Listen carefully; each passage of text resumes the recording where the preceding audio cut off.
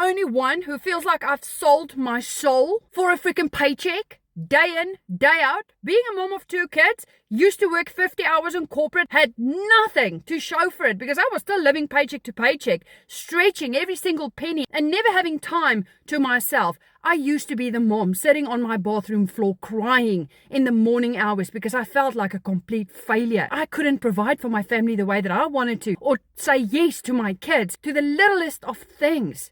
This is why I started looking on how can I possibly supplement my income around my corporate job, around my kids and my downtime, just to build some additional income so that I can start living a life that I envisioned. So if you feel like you are selling your soul for a paycheck and you are willing to just follow a simple to follow blueprint that can show you step by step how to build a predictable stream of income in US dollars, just promoting 4 done-for-you programs in the e-learning industry, not needing any tech-savvy skills, any prior experience, but just showing up for yourself and just becoming coachable, then drop a yes in my comments because I would love to share this blueprint details with you.